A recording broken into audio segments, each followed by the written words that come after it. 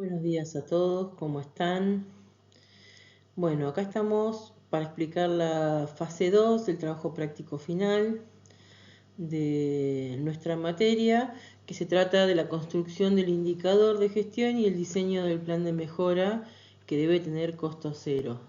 Recordemos, como les decimos siempre, que la gestión no es un ejercicio de oficina, no es un ejercicio burocrático, no es una tarea que se ejerce desde atrás de un escritorio y alejada de las personas que trabajan, del personal de enfermería, de los pacientes. Eh, es una dimensión esencial de nuestro ejercicio profesional. ¿Qué nos da? Nos da herramientas científicas, nos da el andamiaje metodológico, el respaldo legal para tomar decisiones y para organizar tanto el talento humano como liderar nuestros equipos con seguridad. Seguridad para el paciente, ¿verdad? Bien, ¿cómo va a ser nuestro camino? Vamos en primer momento a hablar del indicador, vamos a aclarar qué es. De todas maneras, recuerden que vamos a tener una clase dedicada a indicadores, pero vamos a hacer un pequeño adelanto como para que quien quiere ir trabajando en el tema pueda aproximarse. De todas maneras, siempre tenemos la bibliografía disponible dentro de la plataforma, no se olviden de eso. La bibliografía está para consultarlo.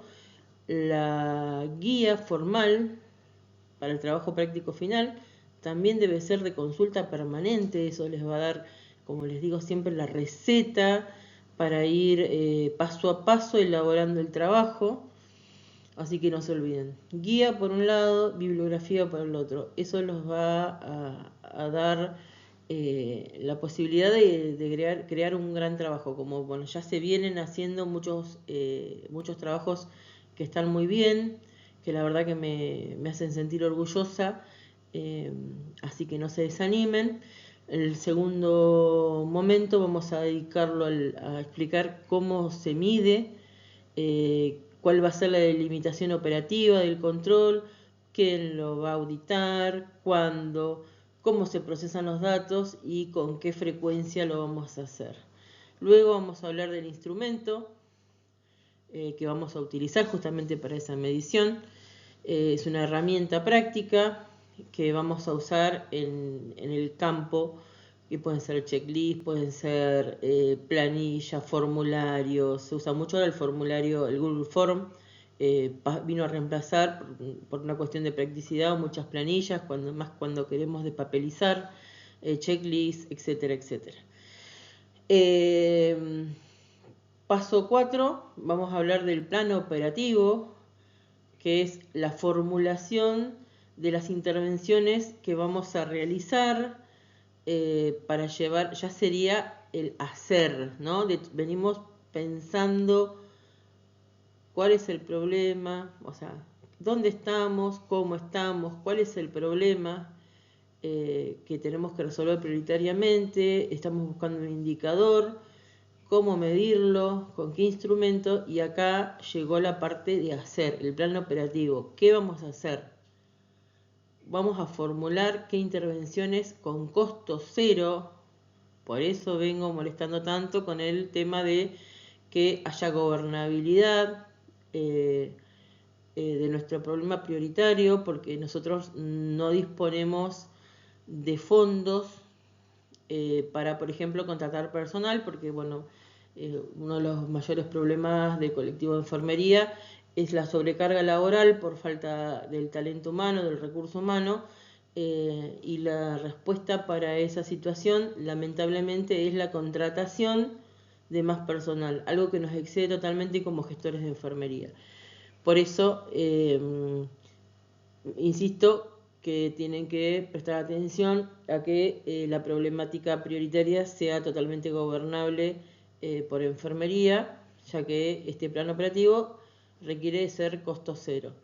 Vamos a definir quiénes son los responsables, con qué recursos y el cronograma que vamos a utilizar para llevarlo a cabo, los tiempos que nos vamos a poner para cumplir las metas.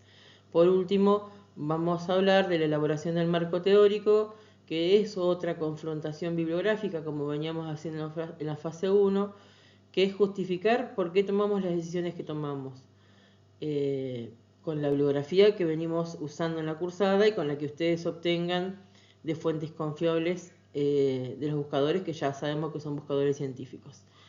Bueno,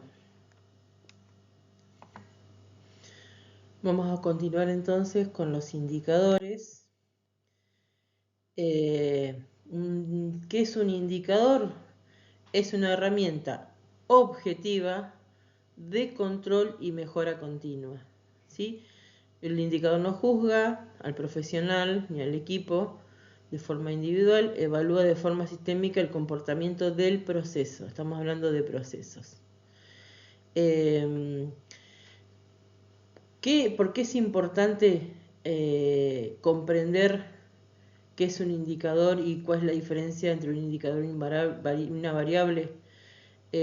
Porque si no diseñamos bien nuestro indicador, todo nuestro trabajo se malogra a partir de este punto. Podemos tener perfecta la fase 1 y si no logramos definir y diseñar un buen indicador, todo lo que venga después no va a estar bien, ¿sí? O si lo hacemos bien, pero por ejemplo la fórmula que creamos para ese indicador es disparatada, se nos viene abajo todo, el instrumento, el plan operativo, todo se viene abajo. Por eso es importante que el indicador, mostrarles a ustedes que el indicador es el hilo conductor de toda la fase. Nosotros tenemos bien el indicador, lo más probable es que todo lo demás nos salga perfecto. Bueno, entonces, ¿qué es un indicador? Es una herramienta que mide, que evalúa y nos muestra una situación, cómo va un proceso, cómo va cambiando a través del tiempo. Necesita números, necesita datos concretos, necesita números, que son los datos cuantitativos, y necesita datos cualitativos. ¿Y para qué nos sirve? ¿Para qué tenemos números, no? ¿Para qué necesitamos un número? ¿Para qué necesitamos medir? Para saber si algo está igual, mejor o está peor, y para tomar decisiones.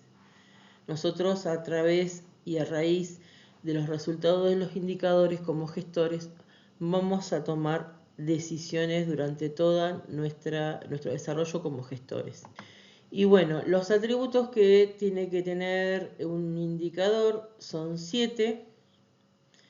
El primero es el nombre, tiene que ser claro, tiene que ser técnico, autodefinido, y siempre inicia con un sustantivo cuantitativo, como por ejemplo tasa de cumplimiento de tal cosa, porcentaje de pases de guardia, incidencia de, ¿sí? Después tenemos el objetivo, o sea, establecemos con el objetivo qué proceso buscamos controlar y por qué es relevante. Define con precisión qué proceso se busca controlar y para qué sirve medirlo. El tercer atributo es la dimensión de la calidad. Debe encuadrarse de forma explícita en una de las 4 dimensiones de la gestión, o la seguridad, la calidad, efectividad, eficiencia o satisfacción del usuario. Cuarto, la fórmula de cálculo, expresada siempre como un cociente matemático, multiplicado por una constante. Por ejemplo, ustedes saben lo que es una fracción. O sea, no sé si lo recuerdan de la escuela primaria, de la secundaria. Tenemos un numerador y un denominador. A eso lo multiplicamos por 100.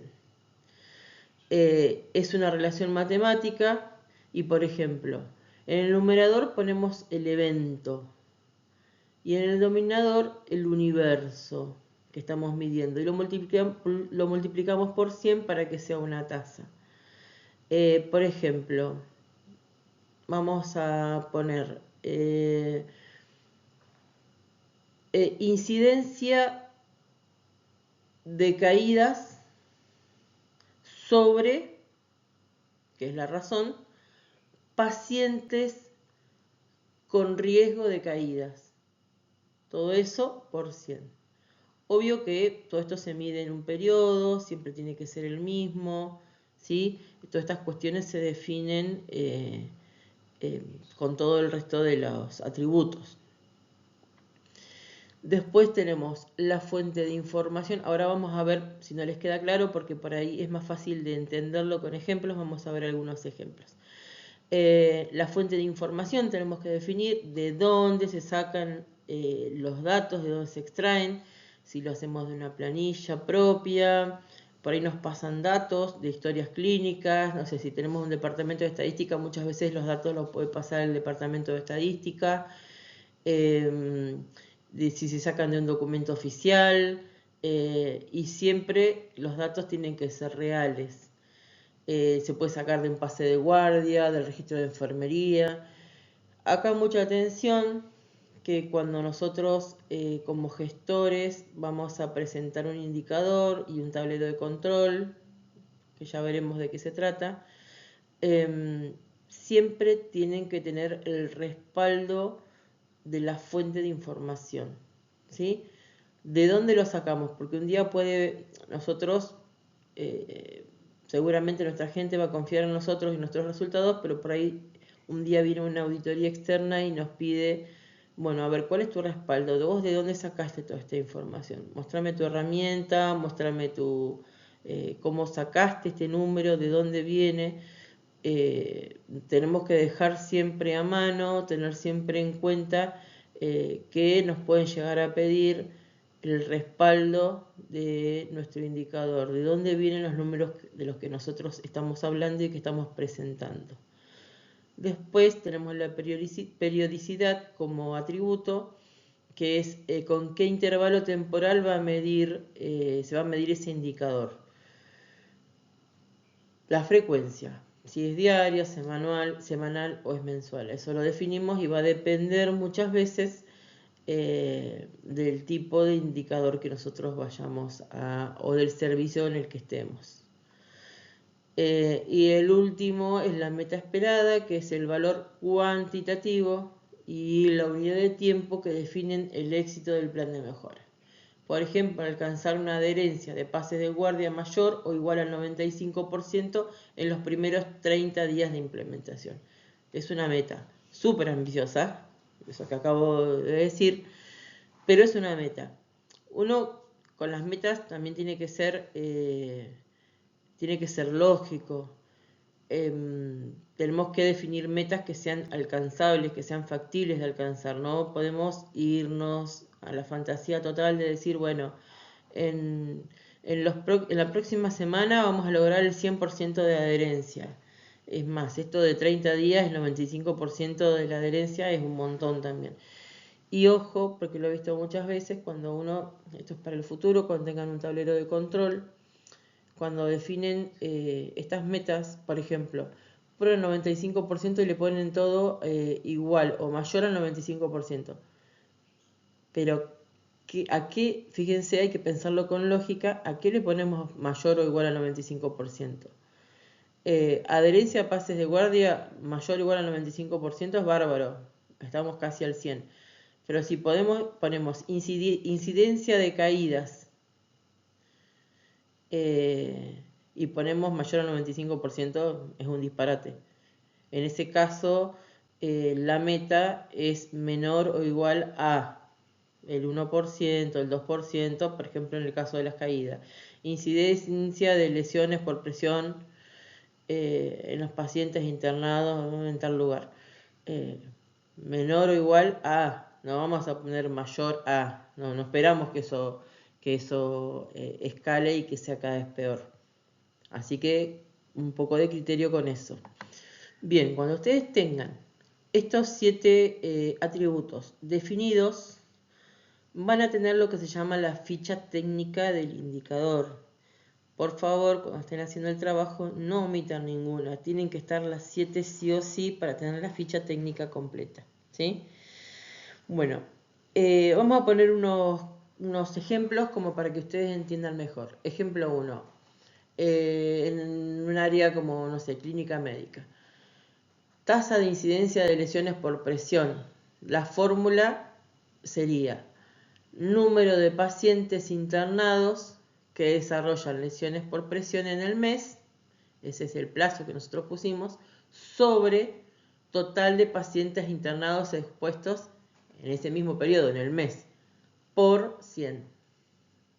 Otro ejemplo, vamos a una guardia, un área de emergencia. Tasa de errores de identificación de pacientes en la sala de shock room. ¿Cuál sería la fórmula? Número de pacientes ingresados sin pulsera sobre total de ingresos observados por 100. ¿Sí? O sea, sobre lo que observamos nosotros este mes ingresaron, no sé, 500 pacientes. Pero no observamos esos 500 pacientes. ¿Sí? Si observamos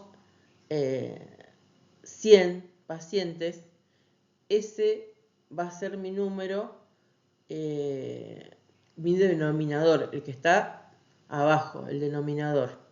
¿Sí? Presten atención a eso, cómo formulan su indicador.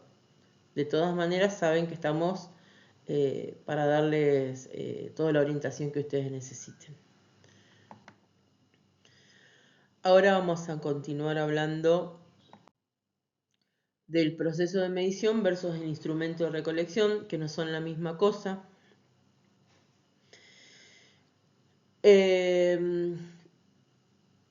Piensen, recuerden y presten atención que no es lo mismo, porque es un error que es frecuente, confundir el proceso de medición con el instrumento de recolección.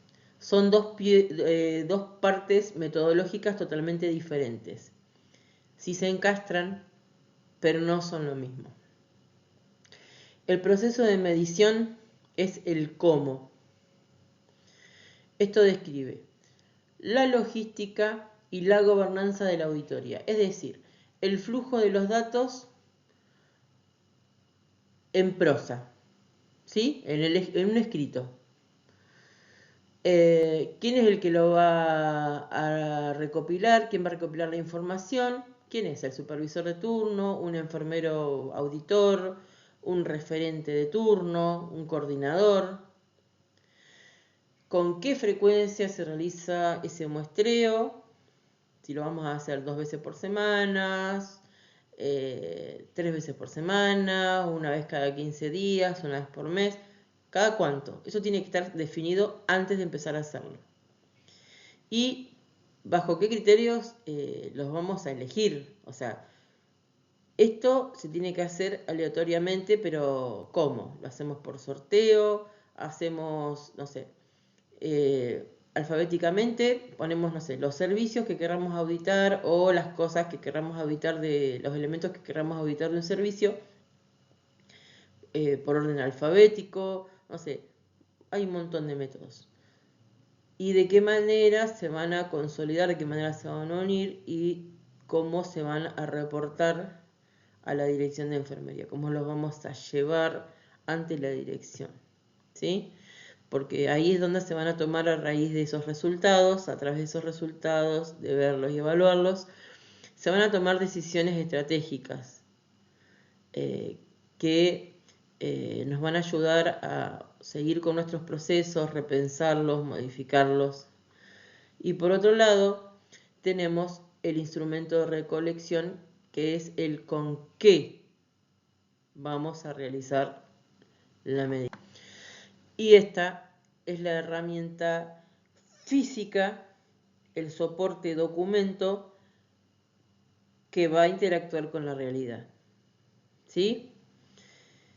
Es el diseño práctico del formulario que se utilizará en el servicio. Debe anexarse de forma obligatoria al final de tu informe. Y se pone en anexos, chicos. No se pone en el cuerpo del trabajo, se pone en anexo, como el croquis, como las fotos que ustedes quieran poner en su servicio, de todas las planillas que vayan a utilizar. Pueden ser grillas de cotejo, con criterios claros, listas de verificación, cumple o no cumple, planillas de control estandarizadas, por ejemplo, para el pase de guardia, o no sé, para el control de la cadena de frío de una heladera de vacunación. Pueden ser encuestas nominales que estén cerradas, orientadas al usuario. Podemos usar formularios de Google Form, como les dije hoy, o no sé, infinidad. Hoy en día hay infinidad de herramientas. Este elemento ustedes lo tienen que diseñar. Traten de ser creativos. Traten de no bajar planillas de internet. Acuérdense que este es un trabajo original. Y contextualizarlas a que tengan sentido y que lleven un hilo con todo su trabajo, que tengan lógica de continuidad. Un ejemplo práctico como venimos haciendo es, por ejemplo, el proceso, que es el cómo.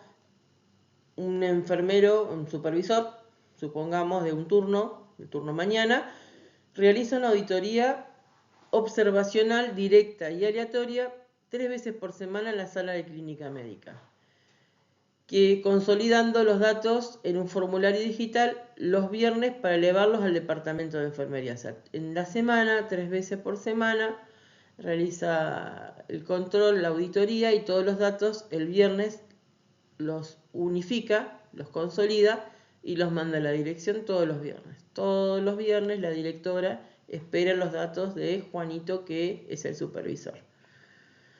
Y el instrumento es con qué ese mismo supervisor tiene una grilla de cotejo binario, por ejemplo, que dice cumple, el ítem cumple o no cumple. 10 criterios de prevención de lesiones por presión, por ejemplo, ¿no? ¿Se realiza cambio de postura cada 2 horas? ¿Se encuentra la piel limpia? ¿Se encuentra la piel húmeda? ¿Está hidratada? ¿Se utilizan dispositivos de descarga en los talones? ¿Hay colchón de aire?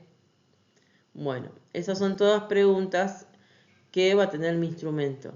Entonces, el proceso es el cómo, el enfermero, que 3 veces por semana junta los datos, y el instrumento es el con qué. Lo hace con una grilla que dice cumple o no cumple, tiene el colchón, se cambia la postura, la piel está limpia, la piel está húmeda, está hidratada, ¿sí? Proceso e instrumento. Bien, llegamos al punto en que ya sabemos qué medir, cómo medirlo y con qué herramienta que hicimos nosotros, que creamos. Ahora tenemos que diseñar un plan de mejora. Este plan de mejora, este plan operativo de mejora, tiene que ser costo cero, ¿sí?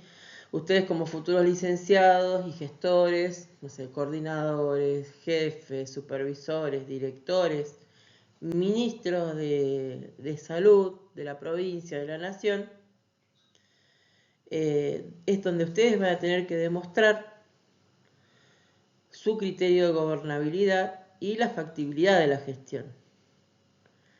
Es gestionar, es con los pies en la tierra, porque de nada nos sirve tener grandes planes, fabulosos planes que nosotros no vamos a poder ejecutar, o porque no hay dinero, por la cultura que tiene el lugar. O sea, nosotros tenemos que ser creativos, porque a veces el dinero o los fondos no están y necesitamos hacer un cambio. Entonces necesitamos ser creativos, ser objetivos, ser factibles, poder utilizar los recursos que ya existen de manera creativa, reformularlos, redistribuirlos de manera que rindan mejores frutos. Presten atención y reitero una vez más que debe ser con costo cero. Es inviable si nosotros necesitamos que nos den dinero. Presten mucha atención a eso. Este plan de mejora tiene que articular de manera coherente, llevar un hilo, 4 componentes fundamentales. Estos componentes fundamentales son objetivos específicos, o sea, acciones concretas orientadas a mitigar la causa raíz del problema que vimos en la fase 1. Cuando nosotros hicimos la contextualización del servicio, la matriz FODA, enumeramos los problemas, encontramos un problema prioritario que sea factible, que sea medible y que lo podamos acotar en el tiempo. ¿Sí? ¿Van entendiendo cómo se va hilando todo el trabajo?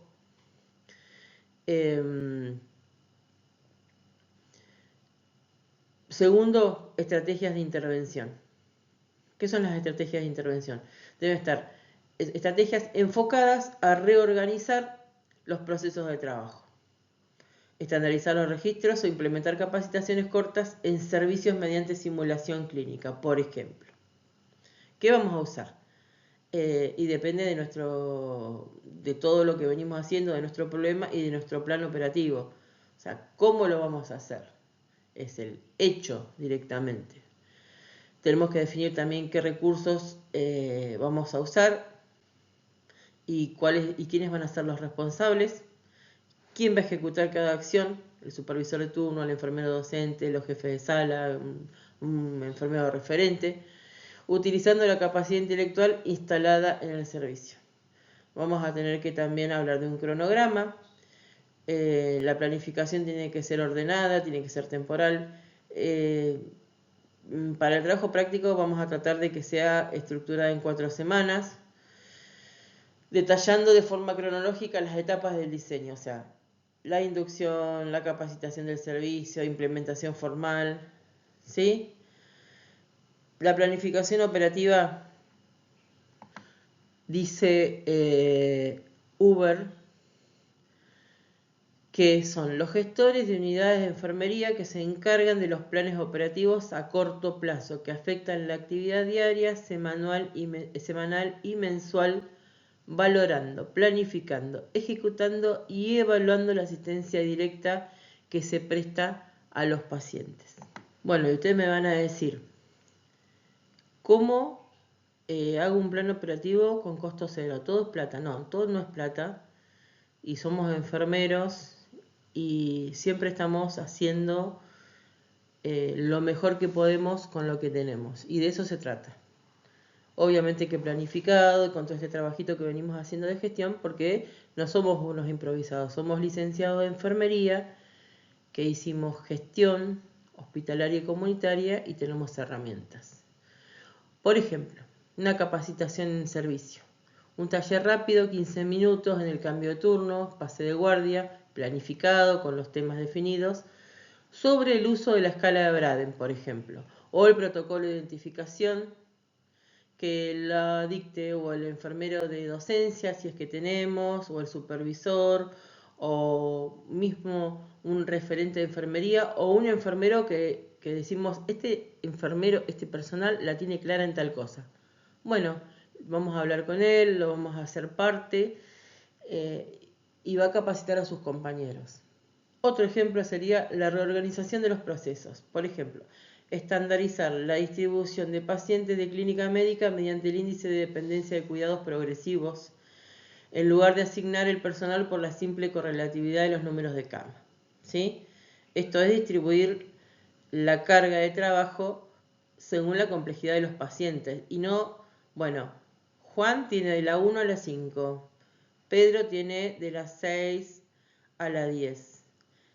Juana tiene de la 11, no, porque quizás Juan tenía entre sus 5 pacientes traqueotomizados y Pedro entre sus 5 pacientes estaban todos deambulando, tenían un paracetamol y eso no es distribuir la carga de trabajo y el recurso equitativamente.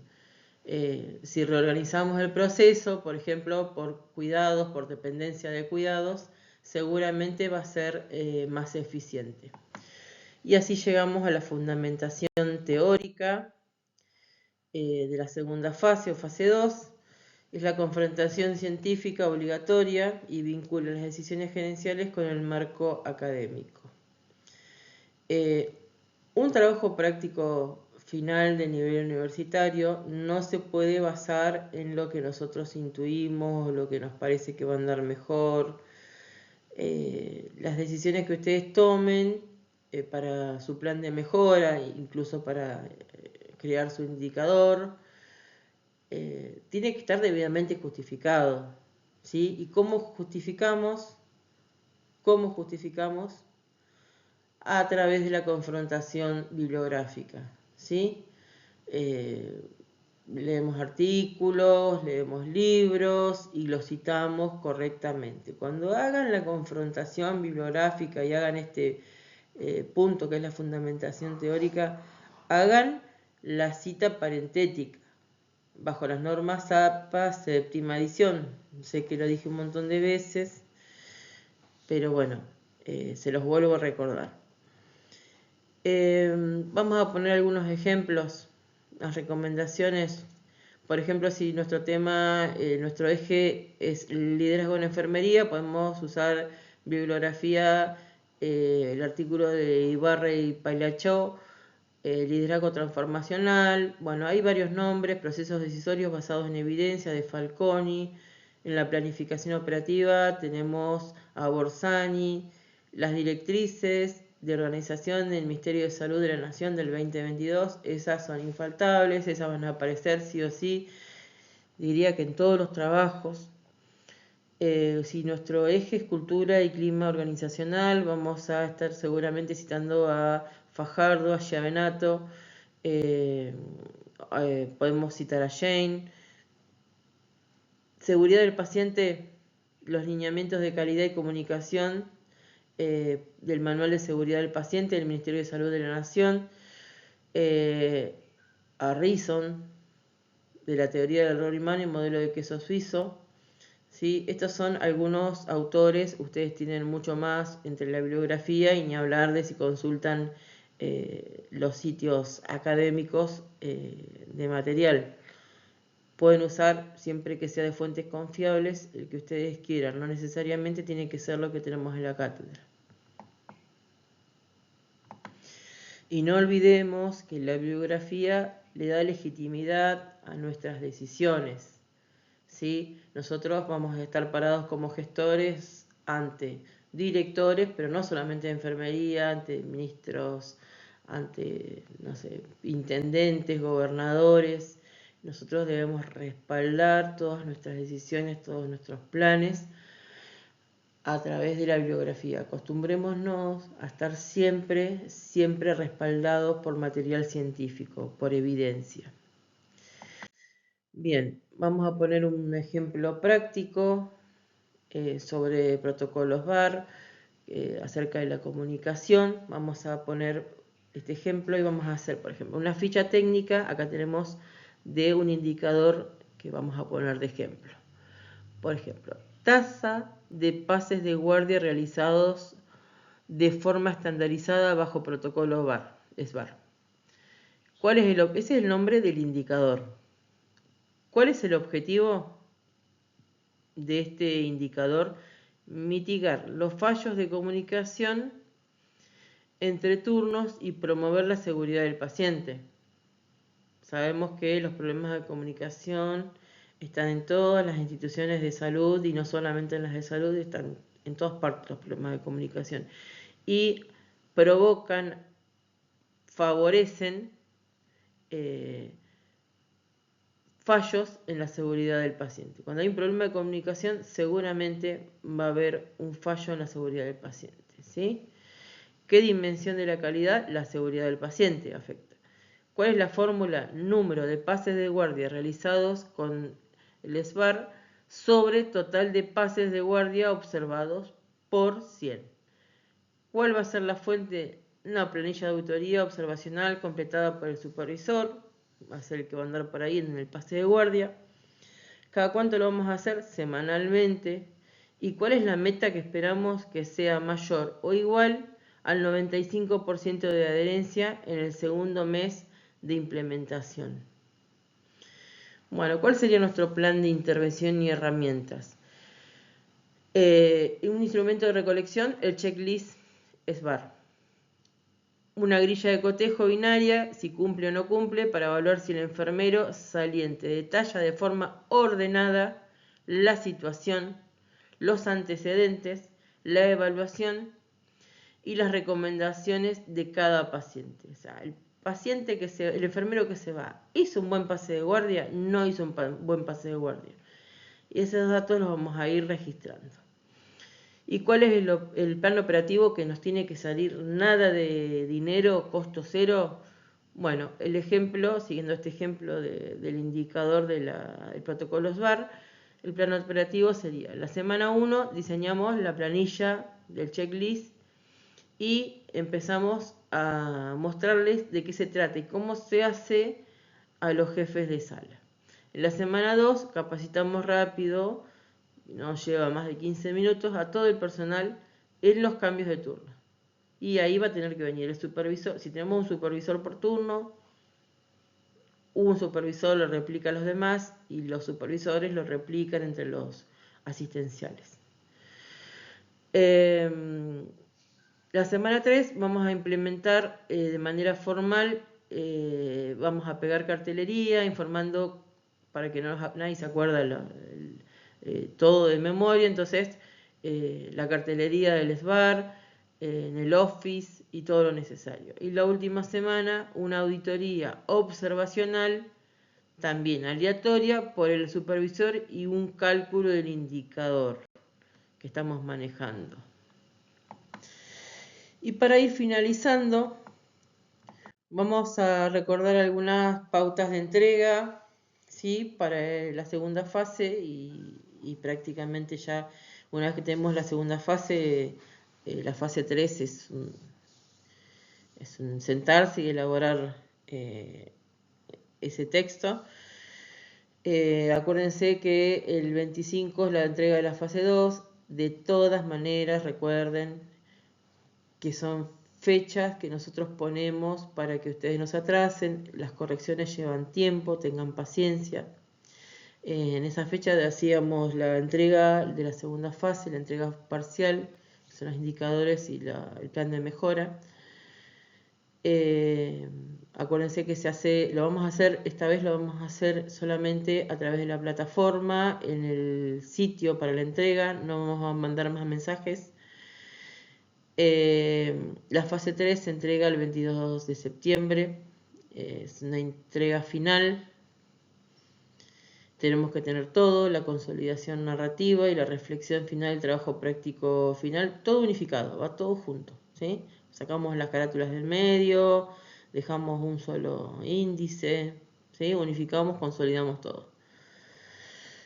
Requisitos de presentación, que es individual, ya lo saben, que la extensión mínima es de 12 páginas de desarrollo en prosa formal, que no incluye ni índice, ni anexos, ni portada, ni bibliografía. Y que se usan sí o sí las normas APA séptima edición. Con respecto a la evaluación de la fase 2, la rúbrica dice que se califica como el resto en muy bueno, aprobado e insuficiente. Espero que todo el mundo esté o aprobado o muy bueno. Esa es la intención que tenemos con el profesor Rafael, que todos puedan superar ampliamente esta instancia y que les sirva, no solamente que sea un paso más en su carrera. La intención es que esto les sirva, que les sirva de experiencia y que en el futuro puedan sentarse a valorar un servicio y hacer todo el plan de mejora. Bueno, muchas gracias a todos. Nos vemos en la próxima clase.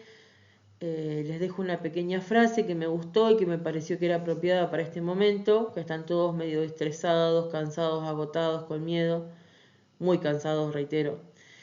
La recompensa de nuestro trabajo no es lo que obtenemos, sino en lo que nos convertimos. ¿Y en qué nos estamos convirtiendo? En gestores de enfermería. Muchas gracias a todos. Adiós.